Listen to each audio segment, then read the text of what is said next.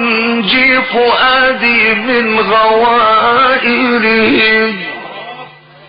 الله ينجي فؤادي من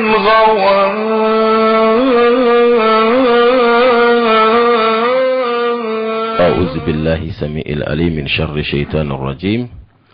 بسم الله الرحمن الرحيم. الحمد لله رب العالمين والصلاة والسلام على أشرف المرسلين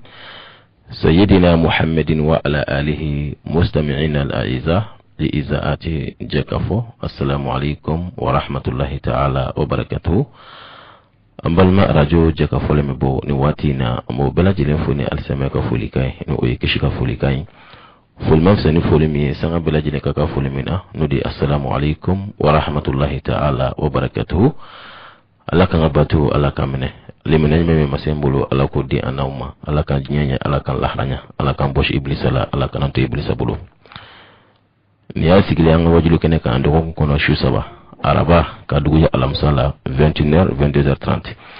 ani alamsa ka dugu ya jumala 21h 22h30 ani kari kadugu jantenena 20h 21h30 bini watina anyule bila afa anankana mugoma no ya Sheikh Muhammad Al-Mustafa wage kabo barawli ndo kama ko muallim shekina wage dewra ko mudir shekina. Alhamdulillah rabbil alamin anyanga karamugo anya bismillah kenen ka shiya chama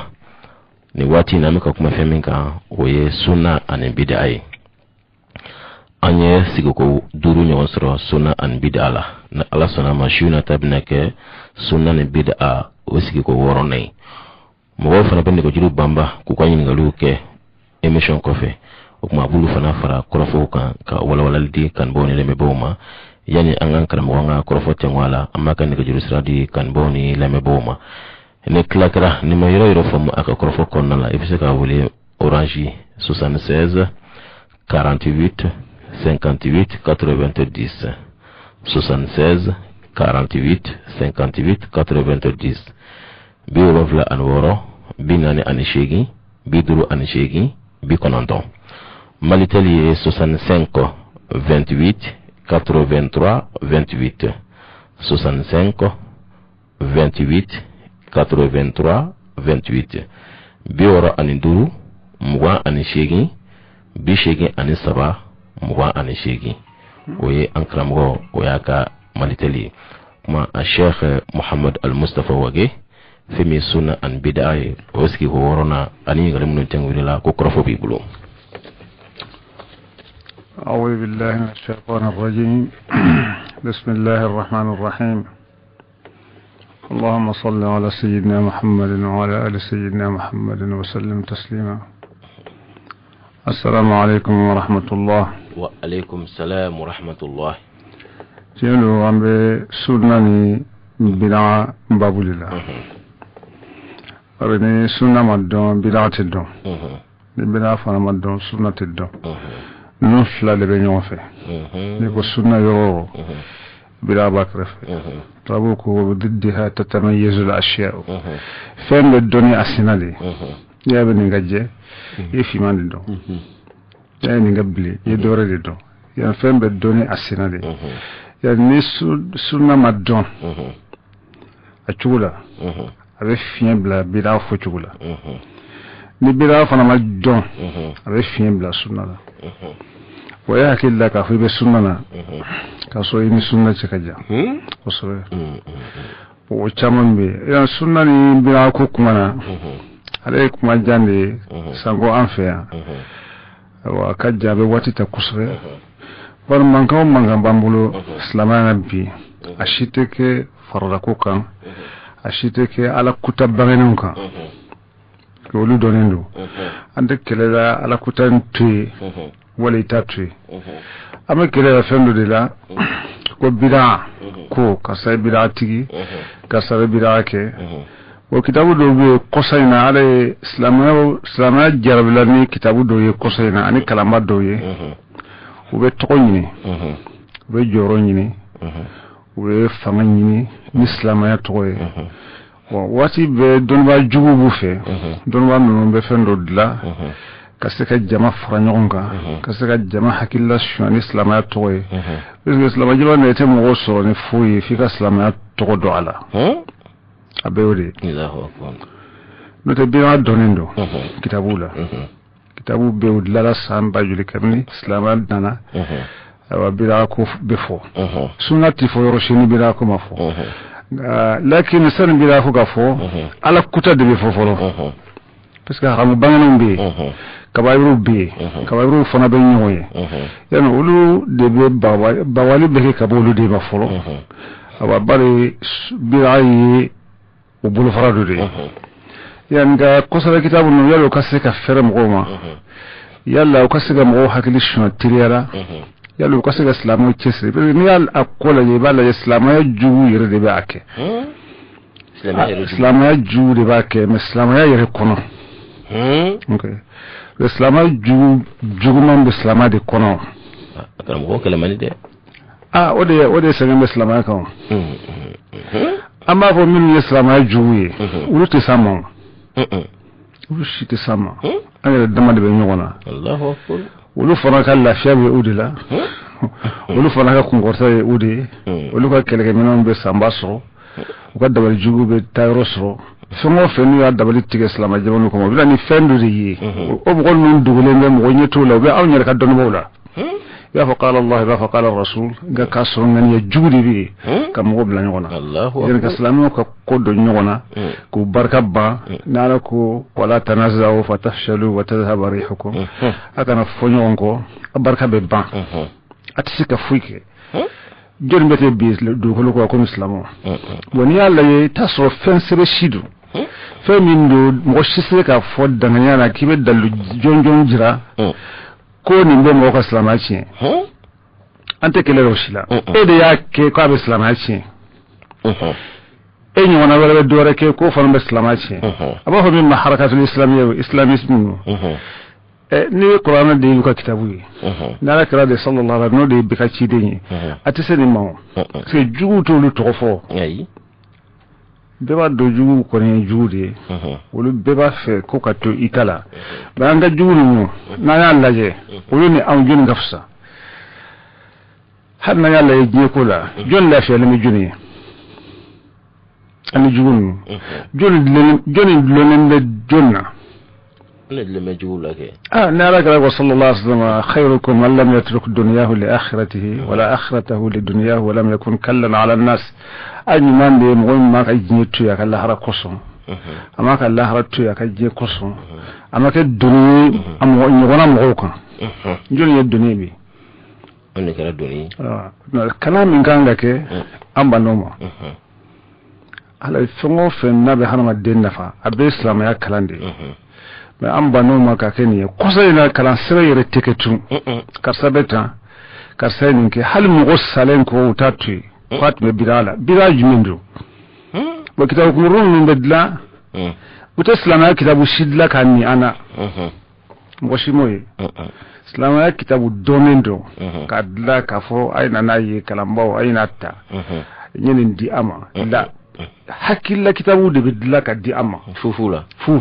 yuza majanan wala yubau ni yoro mina e ba ke ko damunka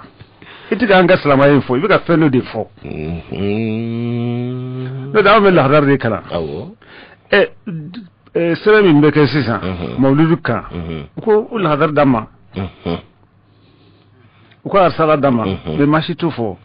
lima muna do oto amba do fe min be kore de be min tislama yakui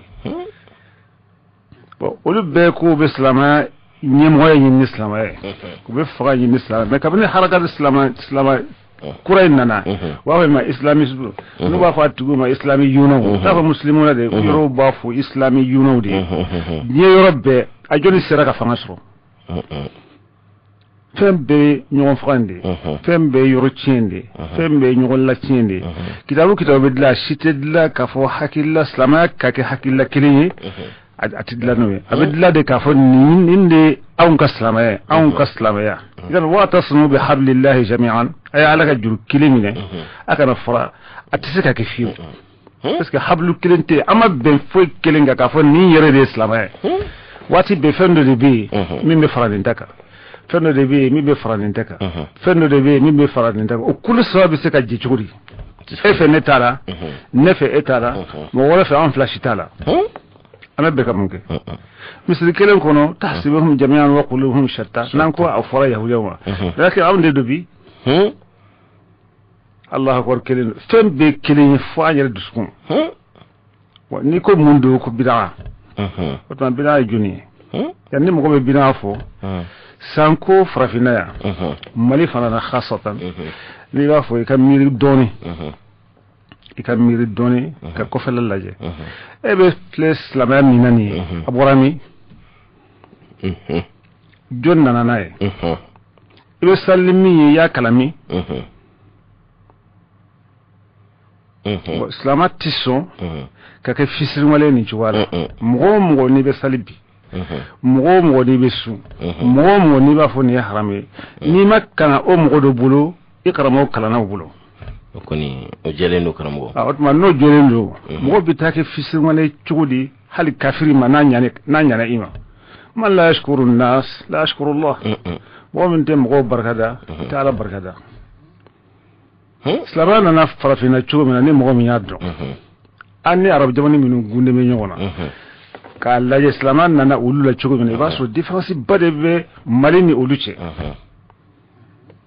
islamana na on fe farafina mo shima daka kana mo shima panta kana mo shima ato mafata kana farafun yerde donati ma shise ka sebetar hula ka fo afrique norni shimal l'Afrique Algérie non ko lu donna islamana chugumina ko mali donati ay ese ga fa darba jamani gelibe bi islama donna chugumina tarafu laje ana madonna malla chugumina kilonte bo donna islamana anga kante ka islamana kana ka qur'ana durshi ka wa shara kitabu dilla kam go kaluna government tusra foi tusra u yero ka donita ka senge ka dogo nyini ka fara bu ka bunya fara bi ko ya se ni misil de alal jibat gala ka shi kungona ka tle kungona ka shimbinona ka tle minona ko uddi aw masisa an ko ulut islamawi ko wal ko hakilla kura donana dem sembe ni fo inyina amma ka rebi mine wallahi ya fo afa ba fa mu ka ba ko awlu wati ya sur islama majjewo ko asama wa so amadon ngo ajira nen muye adona nen muye mo la gushi netewa to se mundo ko islama jogodo utifo islama sana ka ke kore jogode da fo boestu li utammima makarim al akhlaq ala karako sallallahu alaihi wasallam ala yenci ga jogo nyimo de dafa jogo nyimo ko dafa otma ya akora ni ko be fen dafa asro dobe ya ko de hal kafiriya la jogo nyimo do tumbe islaman nana dobe minje ko dafa mais nana ko be bo krade no fe sallallahu alaihi wasallam o cira mo min mo luye jahili lu maso ala kuma maso kira kuma ko qur'ana en kalonde ko qur'ana en zirinde ko qur'ana ala kra ko tigide ko falu ye fembe fo nga ulu cela ala kra ko sallallahu alaihi wasallam ala ene cide nga jogo nyimo dafa nana iko be iba be kari kata kunna ite fensoro de isra kamunke ashima sika fukiyo farafinlaw farajelo ashima sika fuike bi ko ni ki badla mimbe o de dla o de kama salaman nana min tumbe ayo de dla ama kare kaboyo ay dan ko de yanka be boy karmo koro be ka boy kadam ne zoro la misri koro be ka boy mo sebe koro be ka boy otuma ko ka fendo dla ko salaman nana anana tindi salamati islamati tutu fana korlen de bidla ni nana ni asro yor min tienen do ibudla ka don mi fana ni tienen bidla fara nyuma do kewo ko subete kodi fongo fe tienen do ke ni mo jira na fara fe na kala mo lo ka ni tienen ke ay nyuma do ke etise ka ke etise fiu ole tunganga don en fait awanga islam ya kurai am saka fotinde parce que islamiste frafin kan yana ta frafin kan wa arabu kan ko fana wafo da islami yuno ni ale nana ale bina ni o hakilla de foite an b'a ta zero ka bɛ dégager ka bɔ yen bɛ dégager ka bɔ yen yan ni sigira ni ka kuma mɛn bida ko in kama ni islama jati ka kuma cogo fɛ ni mali silama n'a m'a fɔ ko mali silama ye ni million hakɛ o ye kuma de b'a fɔ mais gundo la mali silama tɛ 90% wala 95% o tɛ o peut-être olu fɛ a tɛ se ka 10% bɔ 5%. Ok, beta mɔgɔ si t'a la o mɔgɔ si t'a la o kuma de bon diɲɛ na n'u b'a fɔ ko silamɛ ye miliyari 1 mun an tɛ se ka miliyari 1 baara kɛ parce que ne fɛ e t'a la e fɛ ne t'a la ni fɛ o t'a la si ko si t'a la o tuma mɔgɔ si ma mɔgɔ wɛrɛ ye silamɛ ye ka fara i yɛrɛ kan a kɛra furuko fasiyasi o de bɛ yen sisan n'i y'a ye foyi tɛ se ka kɛ a kɔrɔ y'o de ye donc silamɛ nana Afiriki Mali la yan yɛrɛ fɛn bɛɛ lajɛlen kɛra silamɛya in na kalanyɔrɔ dugu tun bɛ yen u ye fɛn bɛɛ kɛ kalanbaaw tun bɛ yen n'i y'u nɔ ye bi i n'i ka doctorat wallahi tɛ se ka ɲɔgɔn kɛ fiyewu mais min bɛ fɔ a ye san 10 kɛ Makan a ye san 20 kɛ Makan o ni kalan ye sira kelen ye wa tɛ sira kelen ye tɛ sira kelen ani Ala ye sira ye kelen ye wa kalan fana ni Ala sira ye mana na mun don Tombouctou min filɛ ye Tombouctou tun bɛ waati la arabu jamana na jamana dugu jumɛn tun bɛ Tombouctou o kalanna min ko nɔn tɛ yen wa o ma wasa koyi o n'an nana o silamɛ na n'an b'a dilan an k'a dɔn de an bɛ bin dilan an k'a dilan ni cogoya min y'an k'o dilan o fana dɔn o de ye hikima ye mais e nana k'o si tɛ foyi ye e bɛna fɛn dɔ dilan a bɛ fili wa silamɛ nana yan o cogoya la ani Afiriki yɛrɛ mɔgɔw bɛnna hakilila min b'an parce que anw ka dacogo yɛrɛ la ko ɲɛgɛbɛ caman ye man di an ye ko misiya caman man di anw ye bon silamɛya dun ye fɛn de ye ani fitrasu de don Ala ye hadamaden da dacogo min na ale n'o de bɛ ɲɔgɔn fɛ fitrasullah Ala ka dacogo de ye wa diinɛ u b'a fɔ al-islam diinul fitra foyi tɛ silamɛya na min ni hadamaden dacogo ɲuman bɛ ɲɔgɔn bila n'u ye ɲɔgɔn bila dɔrɔn i yɛrɛ ɲininka hadamaden b'a dacogo la hakilila jugu si ma don a la ani silamɛya tɛ ɲɔgɔn bila yɔrɔ si o kama mɔgɔ sɔrɔ Afiriki kuranɛ min filɛ n'an b'a bolo yen n'an bɛ k'a fɔ an b'a dusi fana dusilaw tun bɛ Afiriki hakɛ t'a la Mali la yɛrɛ i tun bɛ muso kelen ye a den bɛɛ dusilen don o dusila bulon kɔnɔ o dusila kalan tasuma na dugu tun bɛ Mali la yan kalan tasuma 100 joli b'u kɔnɔ bɛɛ b'o dɔn u y'a kalan min olu ma taa arabu jamana kan arabu mana ka n'u kalan u m'u karamɔgɔw sara u ma kalandenw sara o tuma fɛn dɔ bɛ an bolo ni fɛn dɔ tun bɛ an bolo ni fiɲɛ dɔw y'a sɔrɔ f'i k'o fɔ cogo dɔn a tɛ tɛ ta bon ka taa fɛn dɔ fɔ ka mɔgɔw baba n'a ye a tɛ se ka jira ko nin don bɛ denmisɛnnin magabaga ni fɛn min n'a tɛ se ka jira a la bidatigi don bida bɛɛ bɛ se ka nin fɔ mais i b'a sɔrɔ e b'a fɔ dɔ ma wari dɔ la e ka bida ka jugu tigi ta ye i b'a sɔrɔ e b'a fɔ fɛn dɔ ma bida don mais e b'a fɔ cogo min na hali ni sunna don a bɛ yɛlɛma ka kɛ bida ye o tuma Afiriki dɔnniba ninnu u ye fɛn bɛɛ lajɛlen kɛ hamalu rayat al-islam وحملوا لواء العلم إلى كل ربوع القارة ni islamul fitri islama min bɛ dacogo kan parce que hadamaden dacogo yɛrɛ i k'i kɔrɔ bonya hadamaden dacogo yɛrɛ i k'i fa bonya hadamaden dacogo yɛrɛ i k'i ba bonya hadamaden dacogo yɛrɛ i k'i faso bonya hadamaden dacogo yɛrɛ i k'a dɔn ɲɛmɔgɔ b'i la o ye dacogo yɛrɛ silamɛya nana ka na nin bɛɛ sabati ni Alakira ko sallallahu alaihi wasallam laysa minna man lam yuwaqqir kabirana mɔgɔ t'an na min b'an ka mɔgɔkɔrɔba bonya ka hinɛ an ka denmisɛnnin na a ka riwaya dɔ la k'a fɔ a k'an ka dɔnnibaa hakɛ dɔn a ye o la ni fɛn silamɛya jogo bɛɛ lajɛlen ni hadamaden ɲuman jogo fana bɛ bɛn silamɛya bɛna ka na dafa o jogo in de tun bɛ Afiriki n'i y'o jogo in lajɛ o silamɛya kɔnɔ k'a jogo lajɛ bi ta kɔnɔ i b'a sɔrɔ cogo jumɛn don mɔgɔ o mɔgɔ n'i bɛ bɔra dɔnniba dɔ kɔnɔ a mana kɛ dɔnniba o dɔnniba ye i b'a sɔrɔ i faw ni kɔrɔw sani e ka kɛ mɔgɔ ye olu sera ka min ɲɛ o silamɛya kɔnɔ bi i tɛ se k'a kɛ bɛɛ min tun bɛ yen o tɛ yen bi fiyewu ɲɔgɔn dɛmɛ min tun bɛ yen o tɛ yen bi ka hinɛ ɲɔgɔn na min tun bɛ yen o tɛ yen bi ka ɲɔgɔn gasi min sigi o min tun bɛ yen o tɛ yen bi o tuma an ka silamɛya taara min ataramini botuma ko bina ko yere negende na me fendo soro ka daku sa foi masaka soro ka daku bida ko de bina bida na fora mo be sigi ka fo inyena halati moloya ko ale fatu bida tire ya fo bida tire ko atu min ga be mi fo baddo o foli ba le ke dangade bo dangade ya wa bida tire dangade ko junge ibe mogoye iba karamo to fo anyana awafa kwa ko karamo na lita hakilla kilena ne rede mogo nyinga ko ata hakilla kilena munna ko ante kuntle na kilena ko munna ko beske ko ale ka kunle na nindi o be karamo ya boywa o de karamo ya boy ha ay mundi ko ne tese go bo wala ne se go bo man na ko be yele mara asbaha fakhran ma ahidnahu munkara وصارت سماء الدين برجال أرضه وركن الهدى بين الأنام مدمرا وتما كوي لمنا كوي لمنا أكونك فمن كجل مية ومسكت من غانا بلا مية ومسكت ني أفريقيا كلامانو لاجي usiraka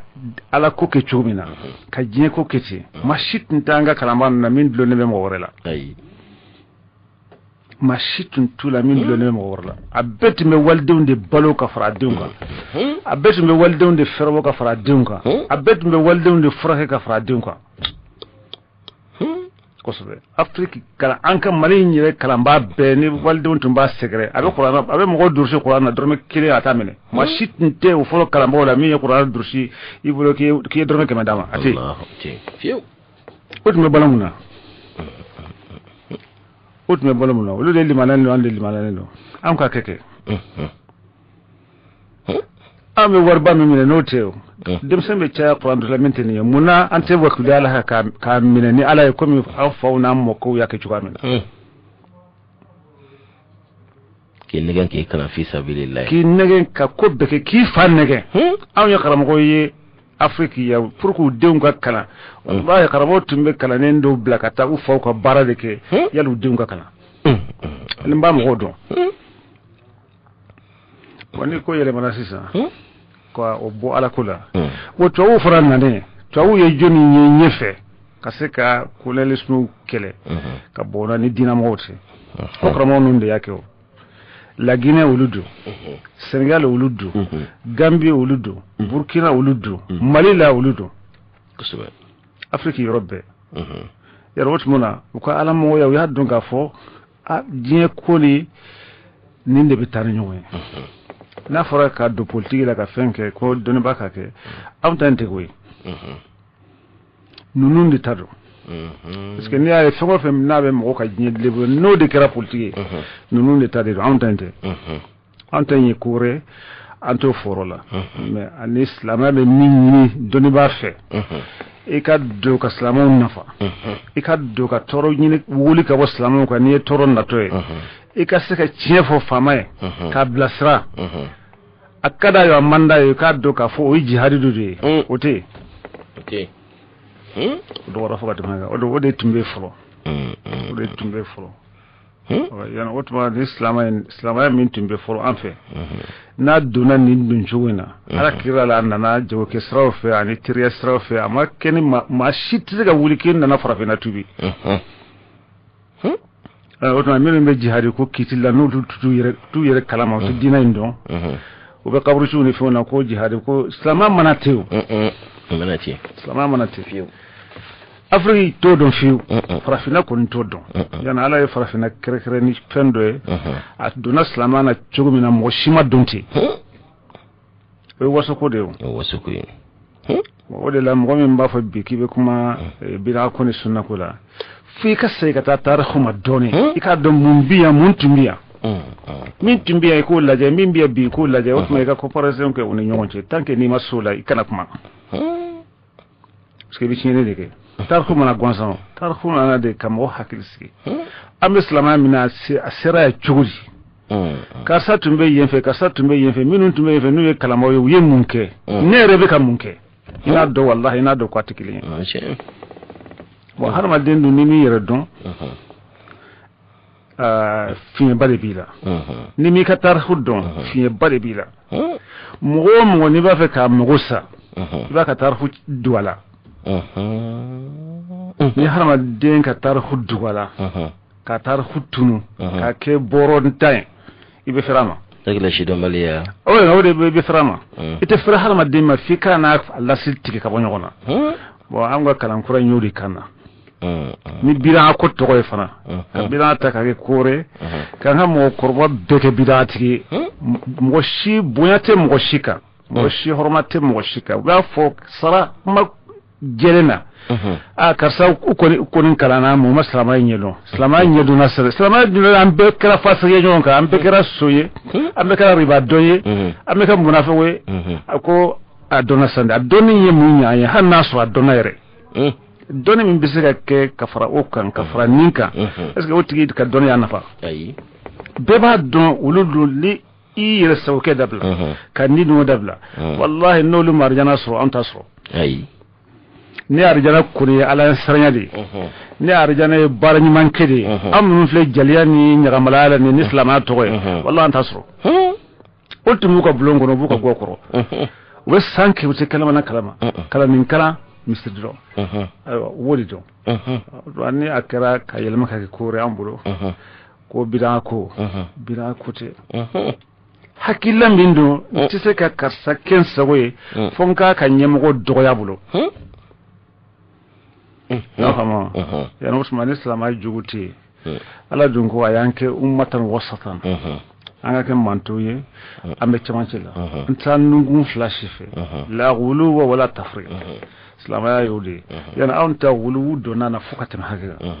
tan wala aka famam fembe fo namba damne ni aqida ya aqida de islam biddu islamana ni hakilla min bi ni alache wa fo de ma aqida limana ta fa fotugo de limana o aqida na akan no anyaminente amangele fiu bebse kaddo islam ayre na ni femi ko ni complication bala chwado la islam no yi ko kebeka kunko ay ko beke fitradi ay fem beke wasatiya de chamachiya yan gelman tala ko hakli tsekani nin tafiu otuma na aqida ke beddo islamana ne limana mi ala yake kaddo ka noya bebse kafo kalamba ali mo ma foy kala foro abeka kana wala mo gotu min alakra sallallahu alaihi wasallam siku kile abalakra lame abaka mumini alakra ba fa mumini do siku kile abe sika kuma kile fay abe fara muminu ka taslama fana ke kun ko la ilaha illallah muhammadur rasulullah manu fo atto bina ala che o tene gasray islamay مؤمن يم غفر لا اله الا الله فولن كفر على كراك صلى الله عليه وسلم لا اله الا الله بكيتي تشودي لا إن لا اله الا الله بكيتي تشودي يسنا كفر فولن كفر ودي فرا يعني نام بالك كراك صلى الله عليه وسلم يبدا مسروتشي وتشيتو يبدا سلام فرا وفراتو بسلام دا كومي با موتشي تشوراكو ابلا يبا الله اكبر الله اكبر الله اكبر ودينا جمع o kote don be hakilla ko de islama deme islama be de ni bagade islama be de ni mo fade ibda misri ci salmo dala ko islamote islamote we salu wule kaddo we salu jo kaddo o tsaka ke la ilaha illallah muhammadu rasulullah ko to fen to mona bula sa we ka kungoywa atika kungoyi uti do roy ubuna ala de ce ala kala sallallahu alaihi wasallam man qala la ilaha illallah muhammad la ilaha illallah fo atiki ka juli kiratay akan na fulo kiratay amman kutu kiratay ni shitar daga moshi fo illa bi haqqiha wa hisabuhum ala allah fi kulli shay'in ala kan kofi ina famu ko jugo wabun nan mo woro fo ka fo wa kufra ko munafiqu do akulla ala man ci ngam mo duskun fura ka do fe bin bala min fura kenema o de ne ci lane o de mo de mi o aqida min tumina nabe ke yoron kili ala kara sallallahu alaihi wasallam o da nake fe ya ci ka famutu ci hal kalamat ci ka famu iko ni bi dadende bi dadende unna ko chaman de do aqida re kono ani aqida te ka fankire na fiu bo bara minnu bid'atu minnu be bid'atu be yuke min masail al-aqidati bid'atu be baraw duti ani limanati fankelen fe ani aqidati fankelen fe nga uya sebe ka nyebe ka jaku ya ni do fara fo ka do masail al-aqida la o se ke o mada misal la sisa moy mana shudo nete yanka fo bid'atu wala bid'atu be misal le di ima moy mana jama sa ka si kaburu kuna ka do ke hadi bid'atu amal mumbo ni islam ni kafira dunyona ayi moy mana salsala ay fatata wala do ke akaka bid'asa lakin bid'atu amal munab aka salibi cien islamate tu ko bare ko bid'a babu o mun bidaya علينا أن نميز بين بدعة العمل وبدعة العقيدة نفاق العمل ونفاق العقيدة كلونتي كو بك كلينتا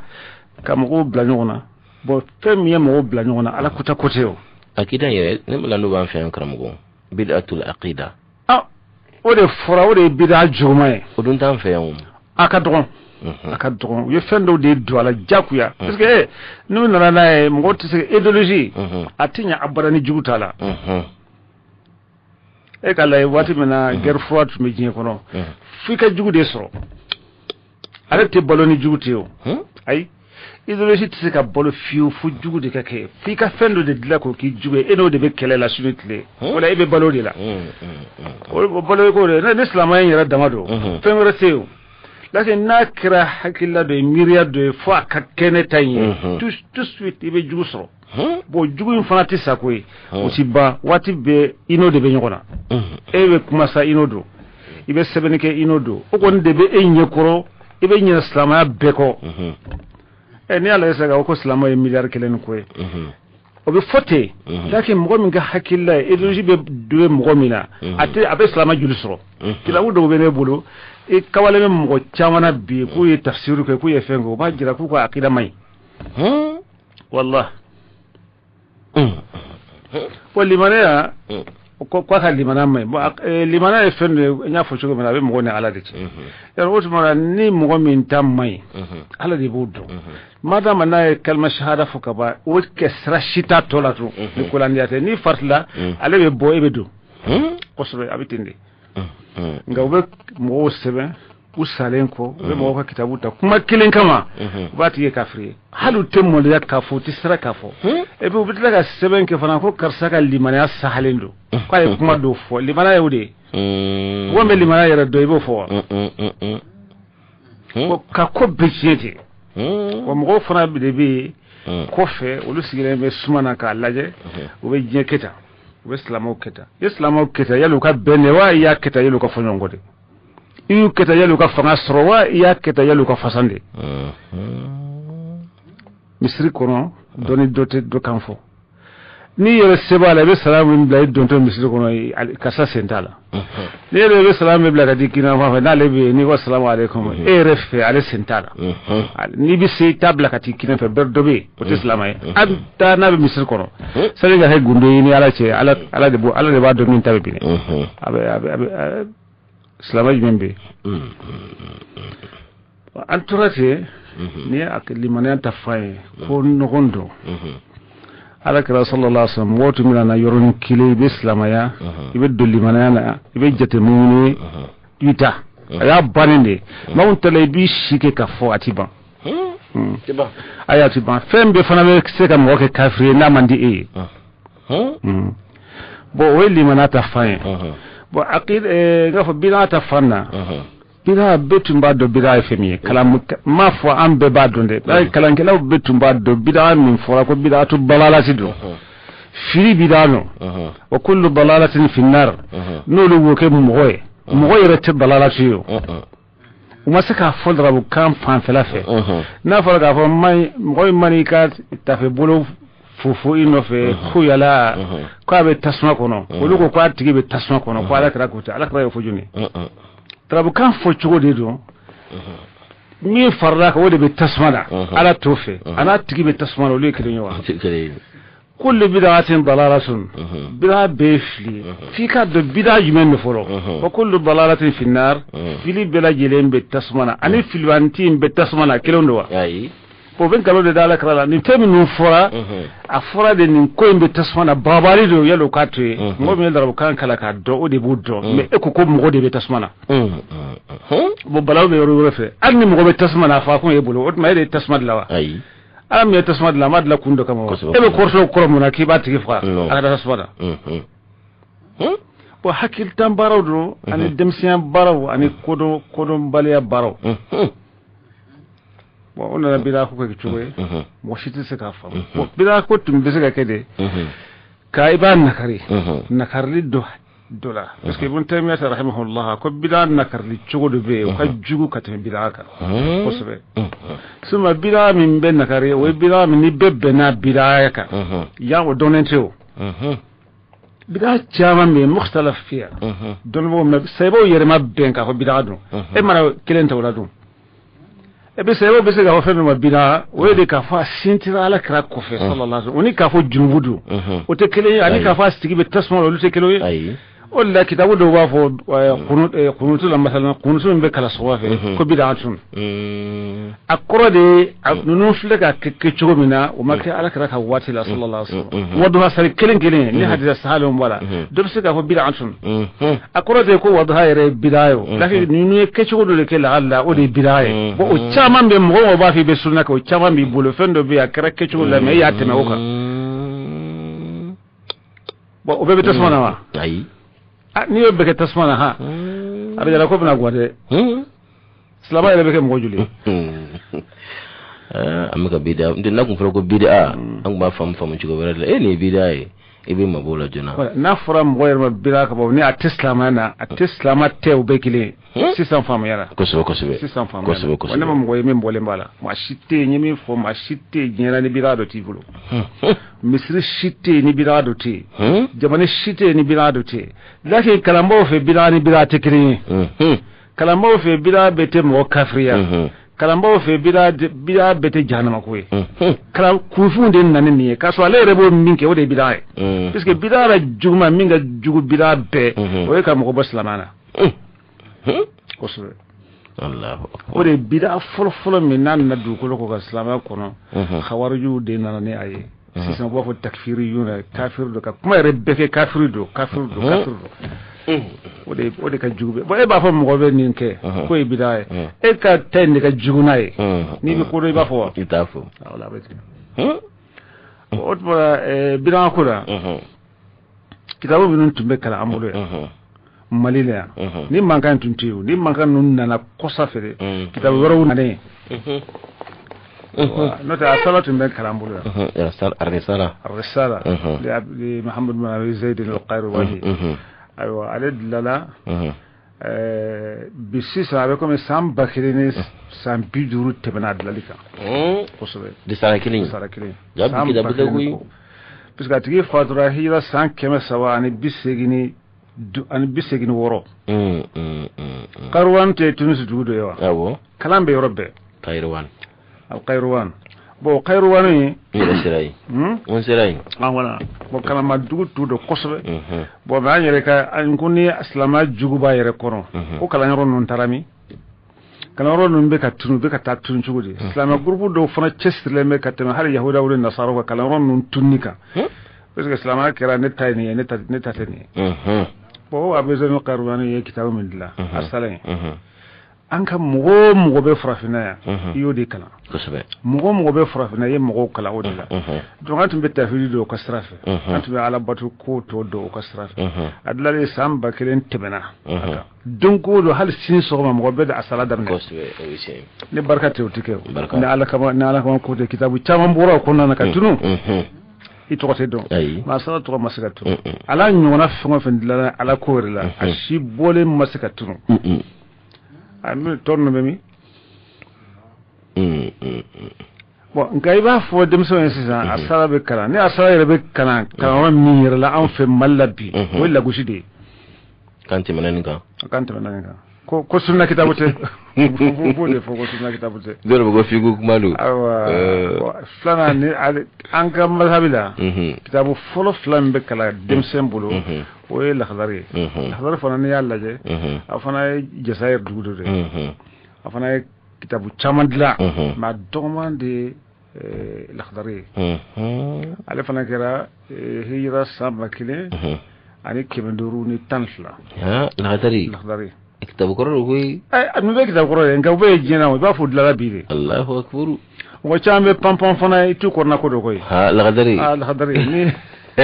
mo be diro ka do fo musa be ka me ba bi la khadar kono la khadari kay ala suir sabi la jeke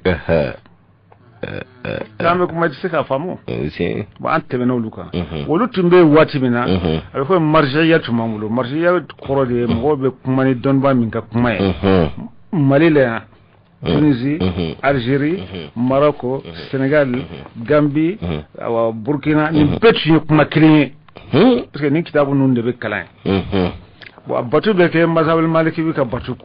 tugaka mazhabul maliki mi semantia abinona lakin na risala laje sunna kitabu do wala sunna kitabu te akodi mi limanata fa ay mi fatse ka wuliyo akodi al iman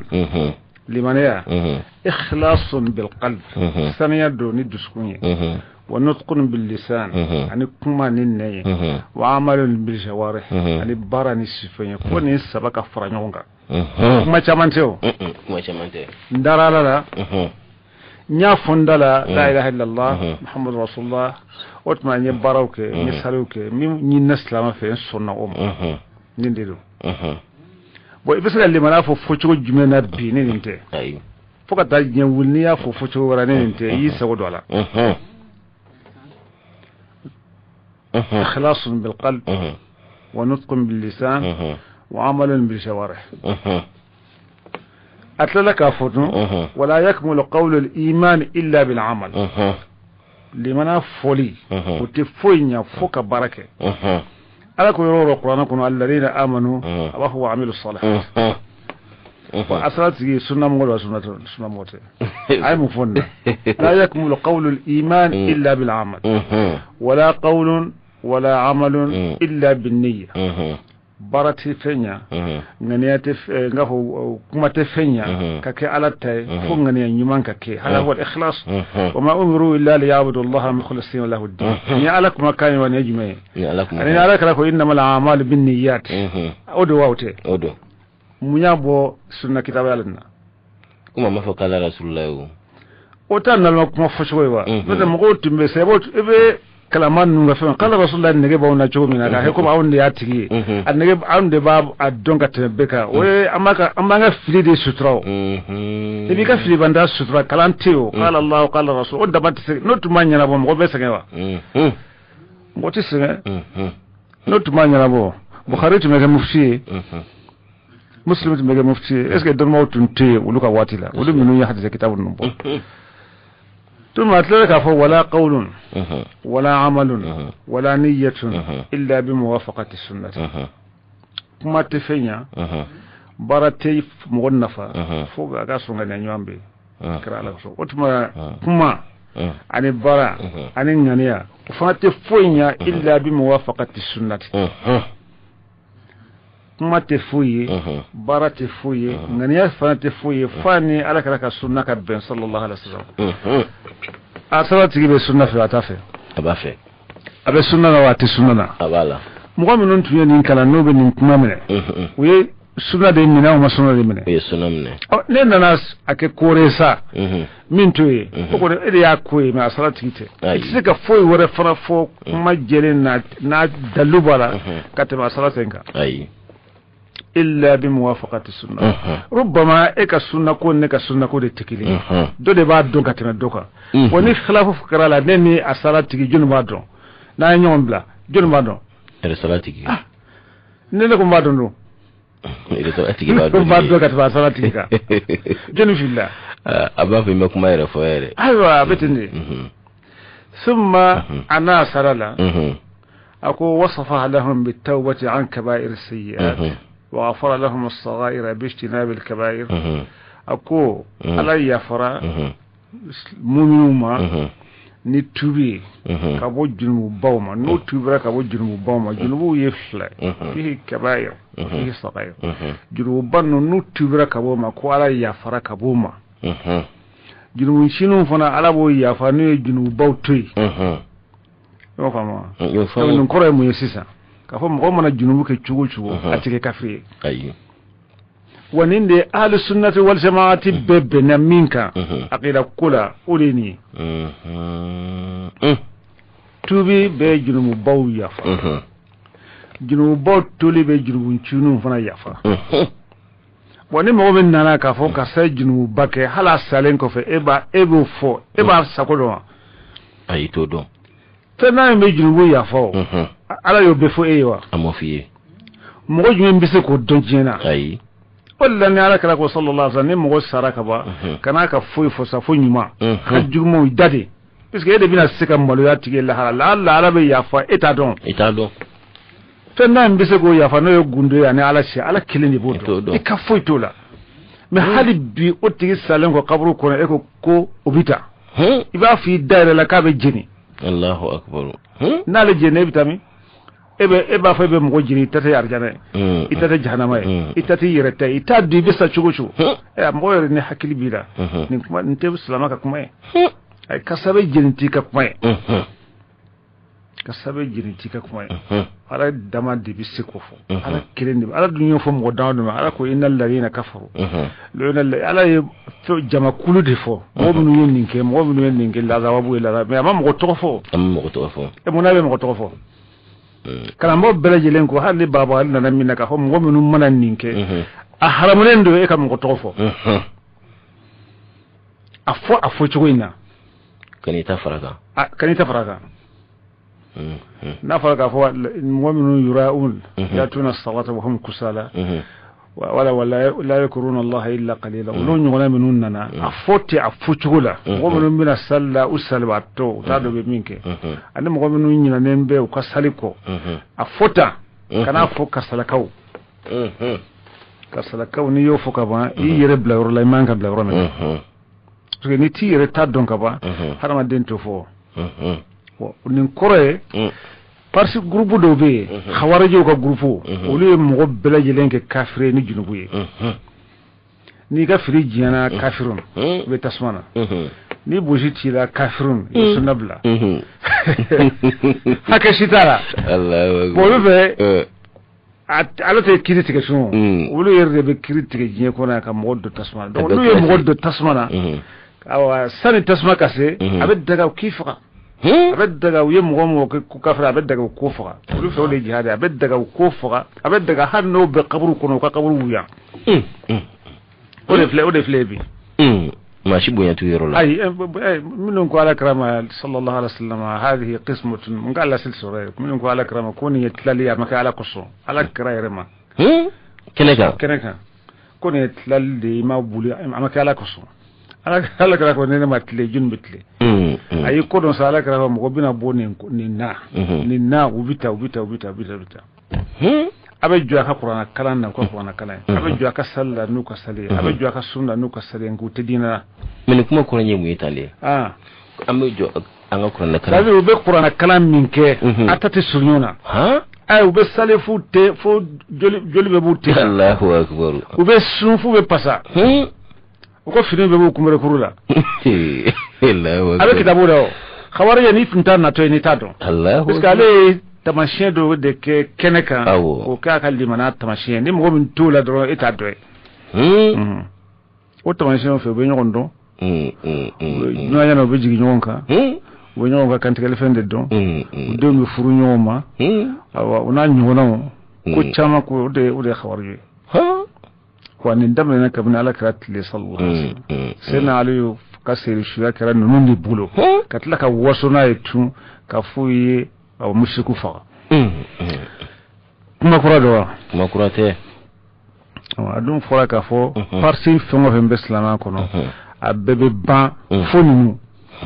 ko sobe fonunu o fasa jale no goyi be ban fonunu kada ko chamanka ko sabu be kenaka ani fana o tanga babu nabi min banga babu nabi ahli sunna wal jamaati te mo shike kafri ko ay junubu ke tubi dalelen do ay junubu mona bonyo togo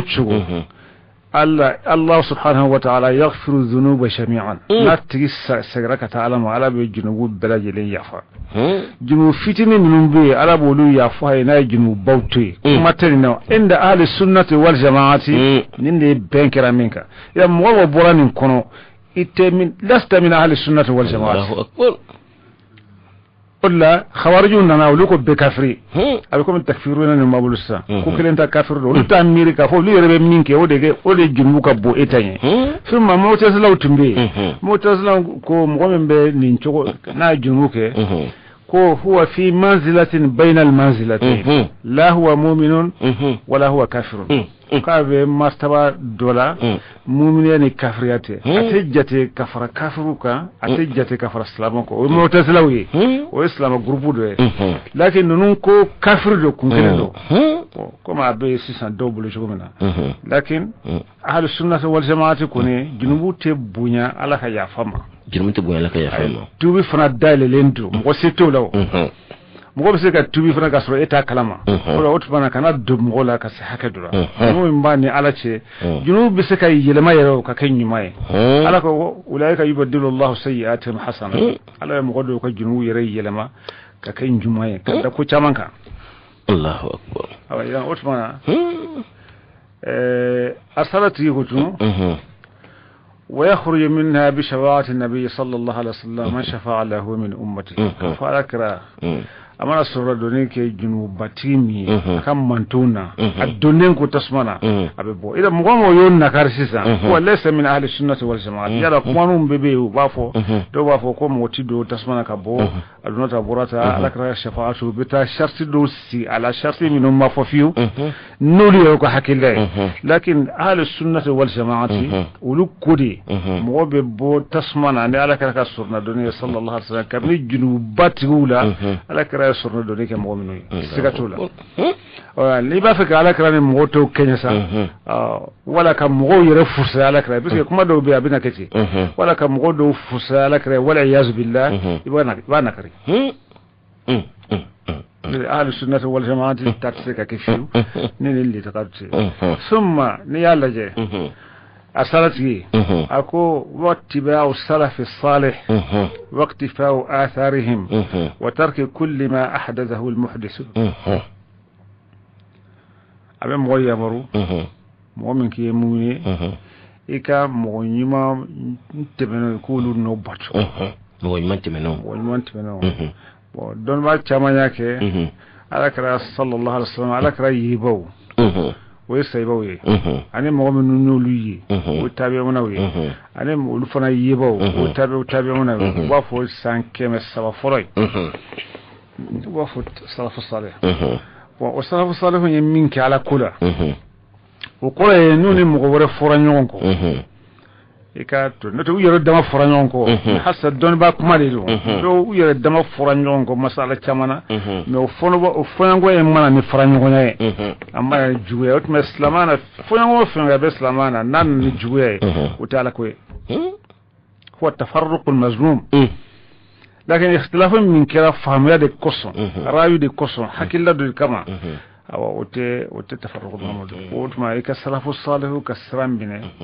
وترك كل ما أحدثه المحدثون شنتي باو يفهمون شنتي كفر اسلاميكا إكوتي نانكام بني لا يبي أمن نردولا وتيو أو يلا من مبافا مبايتا من شللا ترك كل ما أحدثه المحدثون شنتي باو يفهم شنتي وتكو كلا أي تكو كلا مغام ومن يرى اللاجئ بفند يبولو من تنتي ما يجي بي على ده يافته لو نميرو لا بيريه بيره حكدون إباية موقف سيء قصبة مو مم أي موقف سيء شيطان بيشيطان بولو الله أكبر مو من كف حكي لي كف سمغياتي كف سيء على كوكونا على كولا فم وكي كف مو من ب إسقى كماني ما دفع مغيا كوري ميسيسا نكف سايتي وا ni ala ko ci ne kitabu laje o ti de kafsa wallahi Allahu akbar ko sidim bamba rahimahullah senegal ka donga ko kullu man yadhunnu nafsahu fawqa al-kilab fal kalbu khayrun minhu duna al-irti' kado don wotu me farafina ko ala sana wotu me sirim ba makko men shit se ka foto ko mashiba de bamulo mugo ma ka nyefa mugo don wallahi teke mugo mugo jona yere la teke mugo ka joina o te bashiyo me yere ki yere bodala o de bashi ala kula malite gonsan ayi ala femba do ke mali na tuna mugo mina yere tunir la woyte bunya so abada fokatisa mali mo gomno ba kalambo la ala srebo la hakelte farafina bedo sini ba mayun ko ako mo gomno mana yere laje kafsa wuli dina kula wulde kafsa yi wulde kafsa sena amar ma foko ni ala ya mala kara sallallahu alaihi wasallam ko bebi do arjana na fo mo kele ala be sira kana koye on tan tala yero ay an wani mo gantla lawo on tan ko ni barade wallahi وتملا الصلاه كي كوتا اتلا كافو والايمان بحوض رسول الله صلى الله عليه وسلم كلمناني اذكر ككوني تريده امته اذكر مانتو من الميولا لا يظما من شرب منه موي من ميلا تمن غتم ويزاد عنه من بدل وغير موي من فلنيك هكا دينا فليورلا وغنك بوالا yan hatta ni bani la sisa ala kara kam mantum binala ala kara fatulengo sallallahu alaihi wasallam wabnum bana kasrala ango ala kara mantum sallallahu alaihi wasallam shaflado fi ummatu da'wati wa fi ummatu ijabati ala kara chira minum ummatu da'wati ummatu ijabati ala kara sona minum otmani hakli nyame mu'mina na fura moy mana yire manike kafiri de kachama islama de kacha uba gen eko foko ye misri mo de kono ka fo bare wulu ne nyon bla hakilla dola otbo wulu de be gen ka bo konyena wulu temi utade ko ya onke wulta do wulta ala tate ko chama tunwe ala be tigato mo be sigi yoro mena ka fo ka sabe jahannama na ma de tebene hakika wa ka sabe jahannama ko ya arjan de me bulo ere be arjan na fana parce que ne tala wallahi be mbalo kam gore dola ni tire laban ko do ta fo idala abara ko mo gore be jana ko no yalde ki yer kar jana dum fo ako akro yo mo be mo tanu tinde mo mo la go mi hakilla yere tay walla hatta man hadillah fa huwa muhtadi min be fo addo koro watti de ne de karanendo ne de karanendo kasuri kan adonde edi bisika keni na ila nako we mo gen ka bola bo onna islaman tlala ka ke hakilla mi ideology mi sisa atika kuma de mo ni atoka o be gen ka bo konyena o joni bidati bidaji mendo ale ninke bidaya udido ale ninke bidaya udido be gen otmo sisa asara yere yafo nganti asara nofe parce que namba asara nofe ame mun kesi ame bidatu bidaji mendo est-ce que fa droit de droit danga dinya de droit furu batu balaya de droit signya haket dom balaya de droit bidaji mendo ibn ay bitluma yibasa te fuy fi zirin kuma ko na kana kuma gonsa fo fenya haram bangane sharala ne hake bala na rata ya fa fiu mo wora hakera fo uti ka ya fa atok makelen fo ay apta koro de fo ya butma kama shiba thumma ختم الرسالة والنذارة والنبوة بمحمد صلى الله عليه وسلم فجعله آخر المرسلين بشيرا ونذيرا كفى كريات دفا كنويمات دفا من محمد صلى الله عليه وسلم أيوك نويمو اللباني أيوك كراو اللباني نين بأسالة كراو اللبان نبيون اللبان سيغاتولا أي هذا كرا ديويو صلى الله عليه وسلم قرورتي على فيونوتي ni kitabu bakelenta shara kitabu mafoko parti kitabu de be mo yere qur'ana te ka fasare ka ki yere ka hakilla ya an kanto mo bima qur'ana jiwo bima to donbo be ka fasaro mona sharhu qur'ana bossisa domodo ko qur'an ko an ka foko fana be qur'ana do ni ko qur'ana abe qur'ana ka ba ka qur'ana wa ay usira kayo usira kayo ala kuma kai ni ala kara kuma fo ebise ala kara ko sallallahu alaihi wasallam ko ikana mo nyinga bilala bida tigi nyinga ka bilala ko mo mara ni kuma shawo ba suru kwa e jabi do laben o kama me ka nyinga sunna na ba so atudo utanga sunna yo utanga bida yani tungo feme kullan kulundla abe daludu nyine ana qur'ana kono wala hadisa kono to ne nga dalbe lakin an kana nyina ka fonni ko na alaka na sallallahu alaihi wasallam ka kuma fokata kuma minu yayi wulu defo o yobo defo na ta donbo na ta wulu kofe foka se yamma ya fo fente wulu ko fosani kono o ta do neto dongodo na kuma da bisika boko ko qur'ana kote na kuma da bisika boko ala kala kote sallallahu alaihi wasallam lakin an kana nyina ka fo ala ko awa don mawdizo wulle ka kuma kamela aya doni mina kew suma donwa minundo ayu to ko yordo rasikhuna bi don wasabat lum ako yordo la ulama rabbaniyun ala mo ko kore mu don bisika ke amasabati don bisika ke ala mote وتمني مذهب أهل السنة والجماعة حكي الله من بولا وتمن كفهم لمن يمي أما غير كبير شيكا تسكا نبوكم يانتي أتي إبي تلاورو تشاما فنو فنبي أبسي سانتادي بيتد لك دايكا واتي تشوكا يلي أكاسكا فهمو نغوشيته واجبي كفو على دونكا كتي بس قال لك رامو تلالي نشيكي صلى الله عليه وسلم وأنا كما تشاما فرقا على نيه ala bulo ala be wuli abe jigi abe yere abe ta kuma chawa min nana ni be hakilawdi ala ni fuiti kilenta abana ko kata o khilafu nun fana ke limana samase ni ma fote o de la ni ma fote ikal limana mai laysa kamithlihi shay'un o wasra obana o kan wasagada obana be yuri yani Usman ni yanka kitabu folo ala sannin ka amma kitabu man kan min kala no la khadari ne la khadari sunna ko ni bila ko te ani limara ko ko dina yan fiya مثلا la khadari ko awwal ma yajibu ala al mukallaf tashihu imanihi hal mukallaf kalimani as-sahaw de be wajibi folo ko fembe o sani ka bato ke ala don folo wala don abike chuguri ale kudi ale nyogona kudi ka se bima boni adoni don chogo na wajibi do na madonta o te doni o be mini o dabale na wati jmena foka famu ko kalama o fana mino be mo kala ko sala alaje o haddo o be mo ni alache una na ko kelli mana be kraw nona o kana kore do ko kalan ko kana kore do yawa ala ku fo chola aka fo ala koso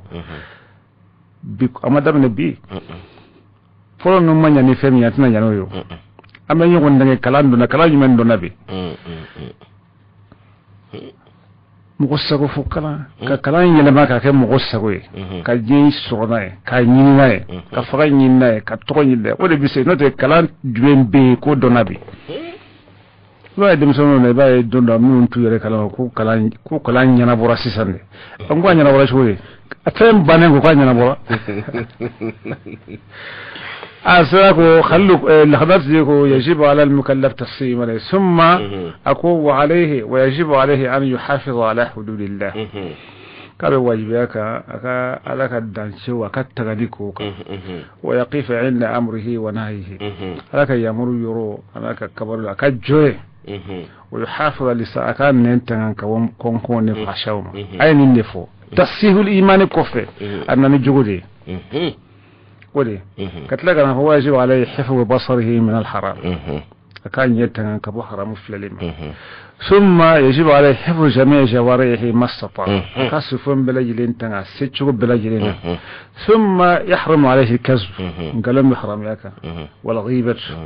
وقرفه والنميمة عن النميمة والكبر عن يربونا والحسد عن حسد لا سيدا لا سيدا بمغوبلو بيابي مغوبلو نكوي كلام يابيدي وتكجو بتاعي ورؤية الفضل على الغير أن انكف سكر سي وكاكيد سكنا يعني تجوغو يوا كل منا كسها ثم أبيك فرض عين دلالمية وتما كان ننتو ولا كاجرك فوني لمنا نجوغو نمايا مايا dobaji kumateo kashin am godu ga kuma don masista kashin go fole kashin ga ko akalli mana saharen do yen galon tige ya tigin nege fa ka soro nundi be parce que limana dafa be donde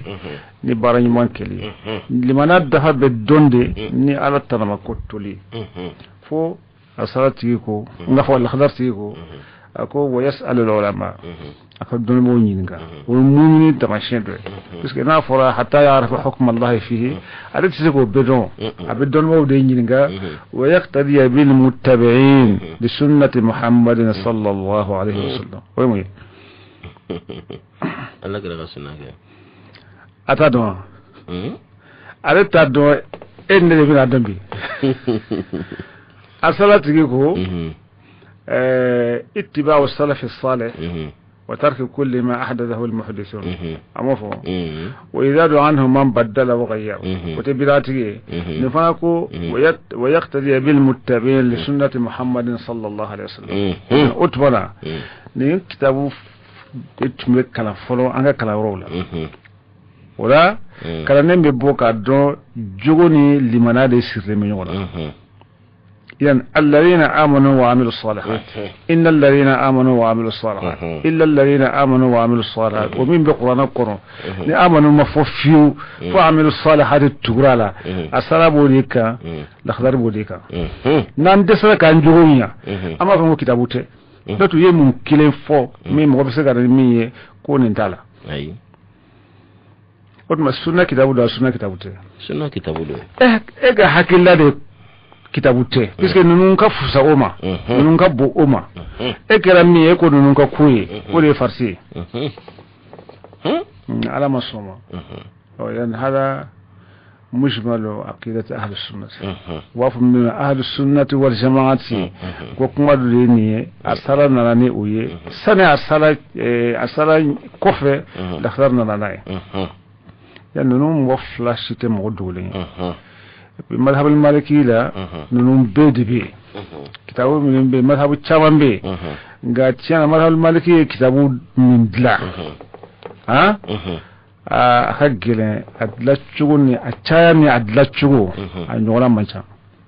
أي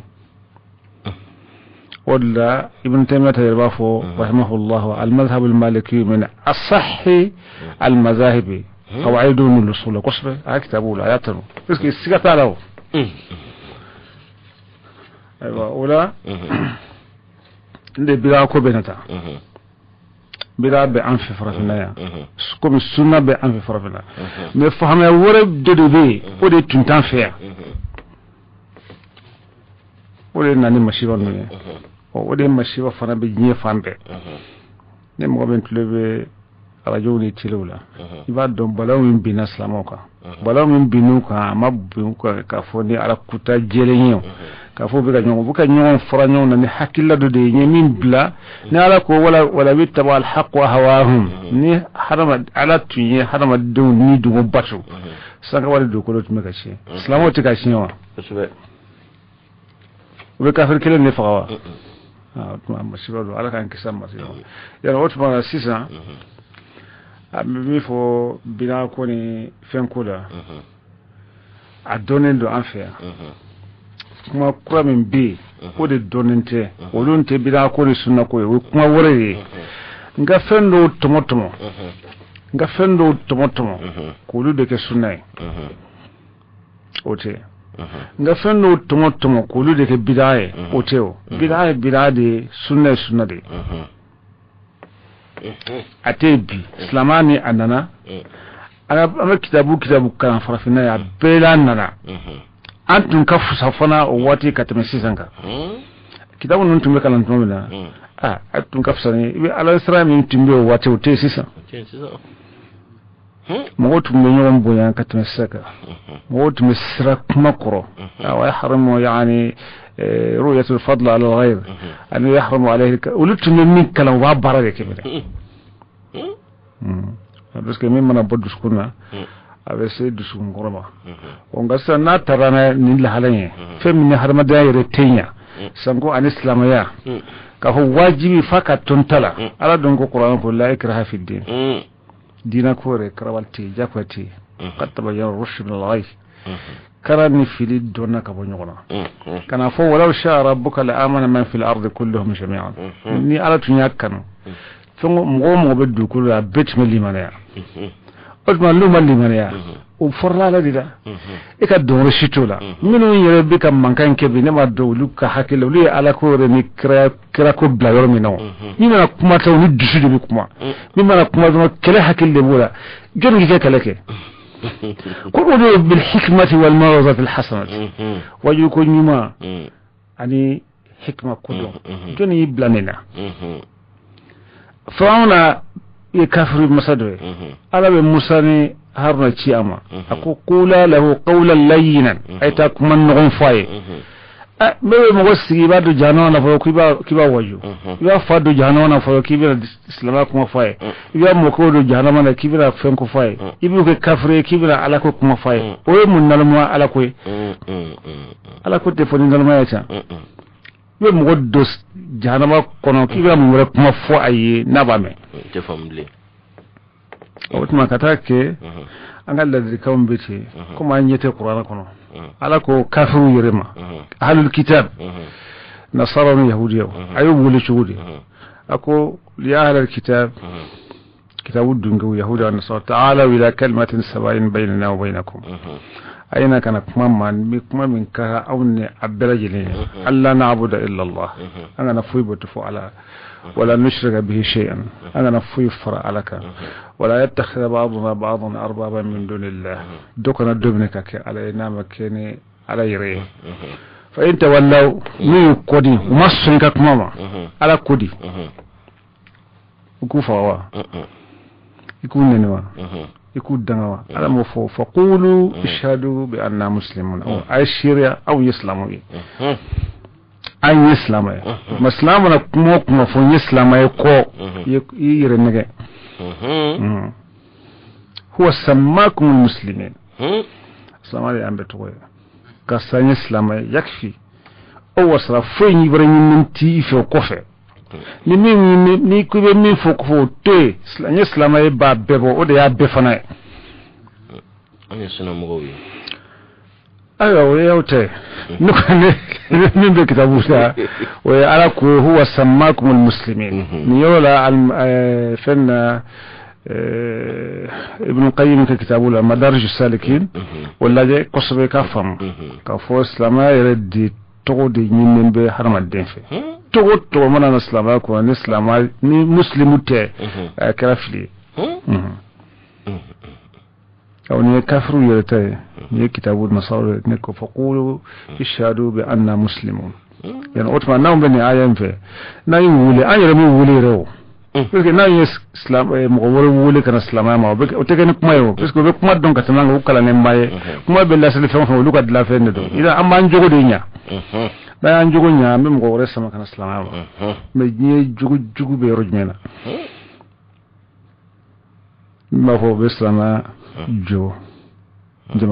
jamani la nisla ka be kiti ne qur'an wa dabne ko tigala wa dabne bulu tigala wa dabne sen tigala wa dabne fen tigala dole unyi na jini fe jini on segran talatu ala ko de faqulu shahadu bi anna muslimun aw islamu yana otmana ni ani aya chama mi nobe kanani nobe bulni yoron nunka ka donka fo islama wule de bima ko retima ye koro ke ni wote awa ye fende ke mbintai yana ga kutubul ideology kitabu min mambulo duwa fo islamisme o de fleka kobeke warbu bolo o be islama la nuka hakilla ka jira o fote foif katu e de mi bolo me kafir lamado awulo aka carte misribe aka me kafir bolo karma mi kala ka bayo sini mi kiri ko o kafri bulu bem bisika mun bisika nya fokana laje islama hakilla minun nanane we muso tasaddum boshi katanu ye katu furu te fenre ko kafri musodo ko o te hita ya ulu yere walijuye wali muso wali ulu yere ya chewye bu dinyoma yan fo wore tala parce que kafri o fo ni islama la boshi le wa ni islama de bende binun kara yoron nuna te orto nube muso ne ka taa n'o ye groupe u bɛ t'u furu wa ni ye silamɛ jumɛn hali ni ɲɛnamina n'a bɛ furu a bɛ kɛ tan de ko de b'an bolo ayiwa summa hali n'a y'a sɔrɔ fɛn min ye bidan yɛrɛ fan k'a faamu kullu bid'atin dalalah ko kullu tɛ bɛɛ k'a fɔ foyi sen t'a la o tɛ tiɲɛ bid'a dɔw bɛ yen laysat bid'atan dalalah o bɛ yen yani hatta min y'o ye a fɔcogo ka ɲɛ o de fɔra yani fɛn bid'a kɛmɛ bɛ yen o t'o ye o tuma a ka dɔn o ye masailu khilafi de ye masailu khilafi la yajuz fiha al-inkar a tɛ bɛn mɔgɔ si kan nakara hatta ni khilafu da'ifu don i kana ko fa ka to ne ta la laysa ra'yun awla min ra'yin ra'yi man fila ra'yi o de fɔra yani o tuma a ka dɔn fana bid'a sɛ min don fihi bid'atul amal wa fihi bid'at komi n y'a fɔ cogo min na lakin u t'o si dɔn ka bɔ ɲɔgɔn na o taara fɛn o fɛn dalilu min bɛ taa ala kɛra y'a kɛ wa sallallahu alaihi wasallam ala kɛra y'a kɛ wa ala kɛra mana ka fa ka fɛn bɛɛ kɛ ni kalanbaliya kuma ye ani kodɔnbaliya kuma ala kɛra ni ala kɛra san ba kelen ni kɛmɛ duuru kɔ o nana yala k'a bɛɛ kɛ wa kɛra jumɛn nana ni silamɛ nana k'a fɔ a bɛ to de fo ka taa se diɲɛ wuli ma ala kɛra bɛ se k'a bɛɛ kɛ cogo di a ka diinɛ nana bɛɛ kama a ka diinɛ bɛ to fo ka taa se diɲɛ wuli ma nka ko n'o ko ni ala kɛra y'a kɛ wa ni ye filibancɛ kuma de o tuma na o na fɛn bɛɛ filan bɔra an ka kitabu ninnu na idéologie kitabu ninnu na a bɛ maloya bɛ mɔgɔ min i ka fɔ yɛrɛ masala u ye fɛn bɛɛ kɛ bidan ye a ɲɛ kan ka ɲini misali la sisan a du'a b'a la sabati ka duwawu kɛ sali kɔfɛ olu t'a ɲɛnabɔlen min don bidan don a banna ayiwa a mana kɛ i b'a tɔgɔ da cogo cogo e kɔni bɛ duwawu de kɛ sali kɔfɛla ye duwawu kɛ waati de ye yanni o tuma n'a tigi ko a bɛ duwawu kɛ sali kɔfɛ a b'a kɛ cogo min na a bila sira ɲuman kan fɛn o fɛn n'i ko nin to yen ko la i bɛ fɛn dɔ de bila nɔ na ala ko fɛn o fɛn ka to yen a ye fɛn dagalen dɔ bila yen mɛ a to yen a bɛna mun kɛ mɔgɔw fana bɛ yɔrɔ jumɛn sɔrɔ ka duwawu k'u la ka tɛmɛ sali kɔfɛla kan o tuma a ɲini bɛ bidan dɔn ala kɛra ma kɛ sallallahu alaihi wasallam ne de ye kuma yɛrɛ bɛɛ n'a fɔra sisan kɔlɔsi ta i bɛ ala kofɔ n'a ye i bɛ ka wurudi kɛ n'a ye a to yen bidan dɔn n bɛna mun kɛ n bɛna zikiru de to yen wa a fɔ n'i bolo ye n ko an b'a fɔ nin bolo n'a bɛ hakɛ la n b'a fɔ nin bolo mɛ ne ko n'a sera hakɛ la bolo tɛ se ka min kɛ n'i ye kɔlɔsi ta o fana ka jugu wa ayi man jugu a ye bidan dɔn ala kɛra ma kɔlɔsi ta o kɔrɔ de ye ko an kana kɔlɔsi ta wa o kɔrɔ t'o ye fo ka kuma fɔ ɲɔgɔn na dɔɔni mɔgɔ ka se k'i sago yɛrɛ bila ala ko yɛrɛ nɔ na ten bon kitabu bɛ yen nɔ hadisa kitabu o ye min fɔ ka fɛn ta ka jate bɔ n'a ye kɔlɔsi ta la sisan kɔlɔsi yɛrɛ ma moderniser ka kɛ cogo wɛrɛ ye min t'o ye wa i b'a ta i b'a pipi ten ka taa a bɛ numéro bɔ o bɛ ten wa o bɛɛ bɛ yen bon ala kɛra ma kɛ fɔ kun ya ala kɛra ma kɛ ala kɛra ko a ka kɛ wa o de bɛ n'i ko sisan duwawu minnu ne a bɛ fɛ duwawu dɔw bɛ yen ala kɛra mun fɔ sallallahu alaihi wasallam komi hizbu sayfi minnu b'an fɛ ani hizbu bahari mɔgɔ ɲuman dɔw sigira ka duwawu kɛ olu t'a dɔn k'a fɔ ilhamu fana bɛ diɲɛ kɔnɔ u t'a dɔn k'a fɔ wahayu bɛ yen u t'a dɔn olu kɔni fɛ n'i ye duwawu fɔ ko a du'a bil ma'sur ala kɛra duwawu minnu fɔ ko i k'olu de fɔ o ye nkalon de jɔn sɛbɛ jumɛn ko ten bɛɛ ka duwawu bɛ yen duwawu ye tan yatakhayaru min ad-du'a min ka di ye duwawu la i mago bɛ min na i b'o de fɔ n'o sɔrɔla ma'sur la fɔra bɛɛ na n'o ma sɔrɔ ma'sur la wala n'i tɛ ma'sur la o de ye min mɛnna ala kɛra bolo sallallahu alaihi wasallam i t'a fɔ mɛ o fana ye bidaa de ye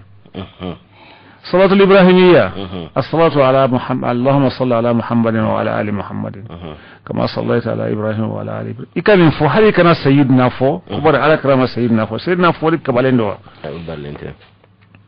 summa k'a fɔ i kana sali wɛrɛ si kɛ ni nin sali in tɛ o fana bɛ min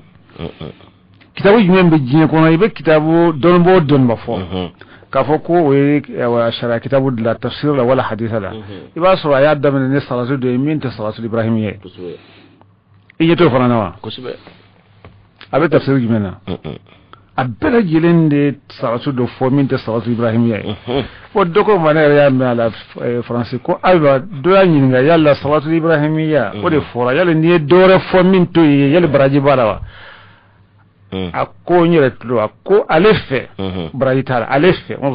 dina ko la ko ale fɛ ko baraji t'a la ko bari ala kira ye nin de fɔ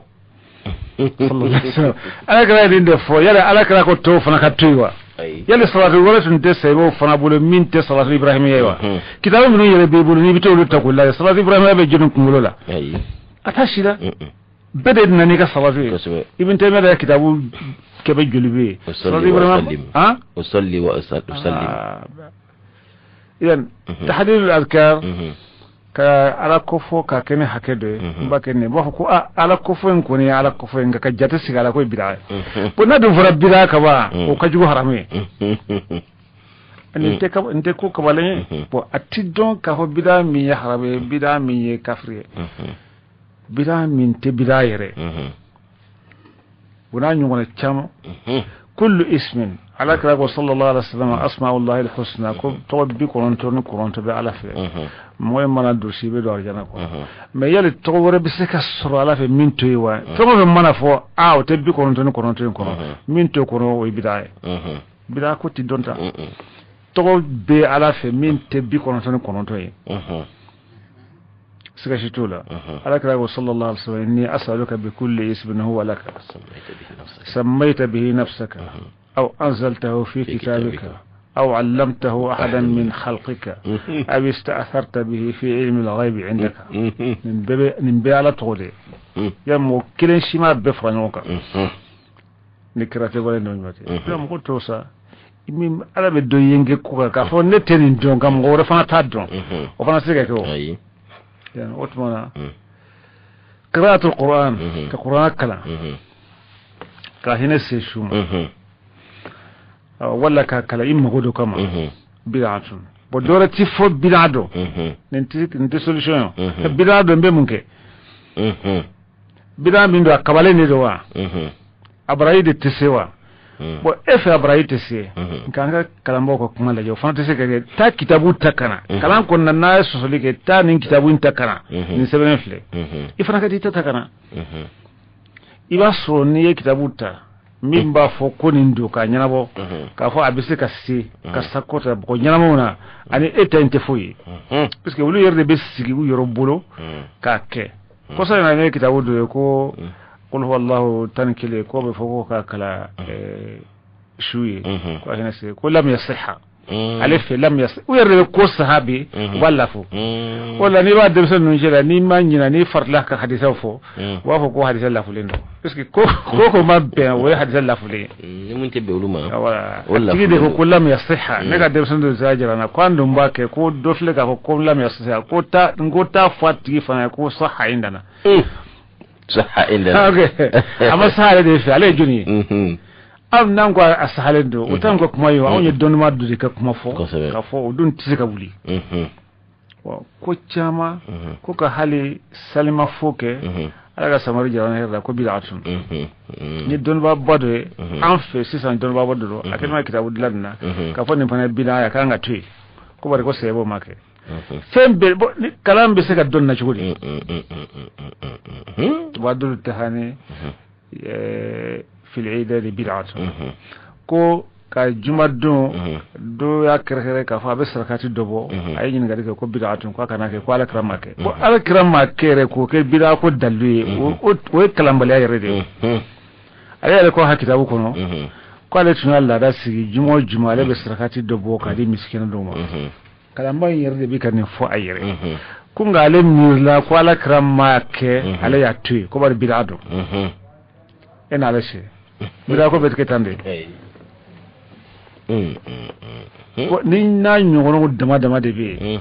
wo hamlul mai ko sai na na ko ka shuta muli la kata kaburduna ko bid'atun aka ngatu bo kalante ka miri ka fonni atmeta bulula ngeske woto tumewa ai sanko muli bo ni corona nawo fo kana corona fa bi avion yere lawo e tare si kebe kitabu do sebe ko ni bid'a ebe kalando te kalando wata ko cara fuka tatin haka ashaira mo ya ala don ashari al-mamla ashari kasrafe ko de ka can kusre ko lute ala karam mantondo e ko e bida tunge yani mutasawwif sufi mo ko lu fanate mantondo e annahum ahlu bid'ati بكنا تخصو نندب الدنسون كله كنت تخصو يعني مهم من أحوال الجوية الرجل وبافو كوف انتنبتا سيني أبكتا يارو سينا بافو فتل دمدو سيني أبكتا بسكا فوري كونيري نسان كلين يونا كو بيبي دادي وكلاني حرامين دي كو باري ويا غيبوي وتغيبوي ردون يعني كما تشارا فقط تنهاري مذهب الناني وفنا بلادي بس على كره هوات لا مذهب الناني تنتي على كره ما فوق مذهب النوبو ما جدني وت ما بورا كوفي اذا بينات نين بكرة كلها ضلالة نين بكرة فيلي اف وكلها ضلالة وتفيلي تسمع نين بت كده بتسمع كنو جل من الواجان كنو اسلام يومي اسلامتي على كره وصلنا مانتون شاي مانتون من سيسا مانتون بانا ala kra ko abata akacha ako akacha mfana be wasonu ye lahara eko be bola parce que ni jate na amanchan ko amanchan ko bo mo ko wore bola yi yere dola wala utma santai anka ala dili ala ka sawni ko chara kuju ala ko tse ka ta filibantia kono fiyo ikram mo في كاكلا يكاكلا مبلما كنا عالما او متعلما كتدون ولا يكاك كلامي يكلمنك ولا بسكا فمغانكا على كوتاني حكلي نيما نما حكلي مو ني دو مفنا مو ولا بولو على بنشغولي سكاب وتما بيداكو ni abuke dondoni na ala sonama aba ni ala minganga zwe wati na tawla amino do fo parce que ale kuma kacha sisan bila sunna do be ambulu ya amba fo sunna do nga hakikatan kalamba fo yele manaka ke bid'a na ala sunna wala nda wore boka insha Allah ala ko jara hera wassalamu alaikum wa rahmatullah wa alaikum assalam wa rahmatullah anti wulibla anfa anankram wama no o Sheikh Muhammad Al-Mustafa Wage kabo Barawli anga babu fem kan watina o sunna wala walali an bid'a shunata o kira bid'a sikuko woronay na Allah sallallahu alaihi do kunna tayra karnata amna nyaw sura bid'a ko kun kan tuguni mam kira sabab ka kuma sangorata o kira jibi jakti mame karamo kan ga jurus radi kan boni lambe boma ni mam feka kuma nyawanya orange 76 48 58 90 76 48 58 90 biolobla an woro binani an shegi biduru an shegi bikonanto 76 48 58 90 Maliteli 65 28 83 28 65 28 83 28 bioro aninduru mwa anishigi bishigi anisaba mwa anishigi ma ankramgo Sheikh Muhammad Al-Mustafa Wage ambi fo ko dulunki sigibere Allah ko irambela jelena ama fo ni royna ko wassalamu alaikum wa rahmatullahi ta'ala wa barakatuh jibi ko baranyana مولاي